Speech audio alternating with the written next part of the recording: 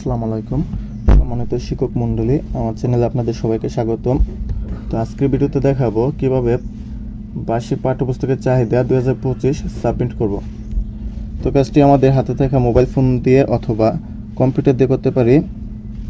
তো mobile phone অথবা computer যে কোনো একটা থেকে আমরা ক্রোম ব্রাউজারে প্রবেশ করব।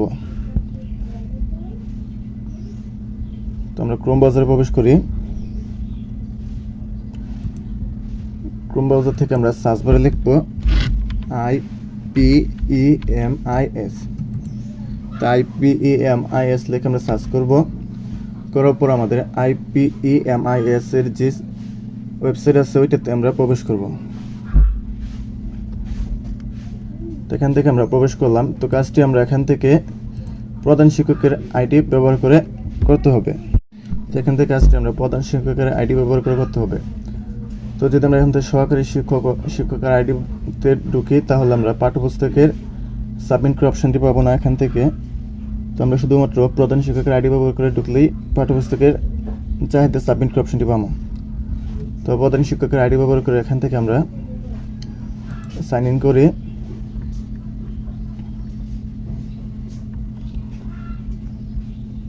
তো সাইন ইন করার পর আমরা এখান থেকে হাতে ডান পাশে দেখতে পাচ্ছি ড্যাশবোর্ডে দেওয়া আছে নিচে বিদ্যালয়ের পাঠ্যপুস্তকের চাহিদা 2025 শুরু হয়েছে। পাঠ্যপুস্তকের চাহিদা জমা দেওয়া শুরু হয়েছে 1 অক্টোবর 2024, জমা দেওয়ার শেষ তারিখ 1 ডিসেম্বর 2024। আপনি এখনও আপনার স্কুলের পাঠ্যপুস্তকের চাহিদা জমা দিতে পারেননি, জমা দিতে এখানে ক্লিক করুন। এর ডান পাশে দেওয়া আছে যে সাবমিট করার অবশিষ্ট সময়সীমা 1 মাস 25 দিন 16 ঘন্টা। তো আমি এখান থেকে 1 মাস 25 দিন 16 ঘন্টা মানে 31 ডিসেম্বরের মধ্যে আমি আমার পাঠ্যপুস্তকের চাহিদা সাবমিট করতে পারবো। তো পাঠ্যপুস্তক সাবমিট করার জন্য আমরা এখান থেকে যে নীল করে লেখা আছে যে পাঠ্যপুস্তকের চাহিদা জমা দিন, এখানে আমরা প্রবেশ করব। তো এখান থেকে লেখা আছে যে আপনার বিদ্যালয়ের পাঠ্যপুস্তকের চাহিদা স্বয়ংক্রিয়ভাবে শিক্ষার্থীর সারাংশ থেকে তৈরি করা হয়েছে। অনুগ্রহ করে সাবমিট করার পূর্বে তথ্যগুলো সঠিক কিনা যাচাই করে দেখুন এবং প্রয়োজনে বিদ্যালয়ের শিক্ষার্থীর সারাংশ আপডেট করুন। তবে এখানে প্রথম শ্রেণী বাংলা মিডিয়ামের চাহিদা দেওয়া আছে 55। যদি আপনার কমাতে বাড়াতে হয় তাহলে এখান থেকে কমাতে বা বাড়াতে পারবেন। তো আমাদের কমানো বাড়ানোর দরকার নেই, যা আছে তাই রাখবো। তো উদ্দীপ্ত আপনার যদি পূর্বে কোনো বই থাকে পূর্ব বছরে, তাহলে বইয়ের সংখ্যা এখানে লিখে দিবেন। পূর্বে উদ্দীপ্ত দিলে আপনাকে নতুন বর্ষের বই কম দেওয়া হবে। তো এটাকে আমরা 0 করে দেবো এটাকে। তো এটা এখান থেকে 0 করে দিয়ে দেবো সবগুলো। দ্বিতীয় শ্রেণী 0 0 0, দ্বিতীয় শ্রেণীর চাহিদা দিয়েছি 50, তৃতীয় শ্রেণীর চাহিদা আমার মতো 50 দিয়েছি, আর উদ্দীপ্ত দেব 0।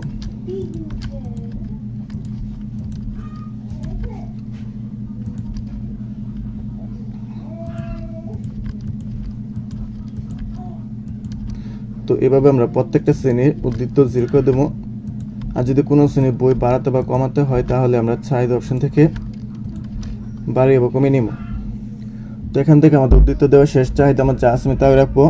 যদি আপনার চাহিদা পরিবর্তন করার প্রয়োজন হয় তাহলে এখান থেকে পরিবর্তন করে দেবেন। তো পরিবর্তন করার প্রয়োজন নেই, এখান থেকে পরিবর্তন করার প্রয়োজন নেই। তো এখান থেকে আমার সব ঠিক আছে। তো আমি এখান থেকে সাবমিট করব। তো এখান থেকে বলছে যে পাঠ্যপুস্তকের চাহিদা তৈরি করা হয়েছে, এটি একটি নতুন পাঠ্যপুস্তকের চাহিদা তৈরি করবে, চালিয়ে যেতে দয়া করে নিশ্চিত বাটনে চাপুন।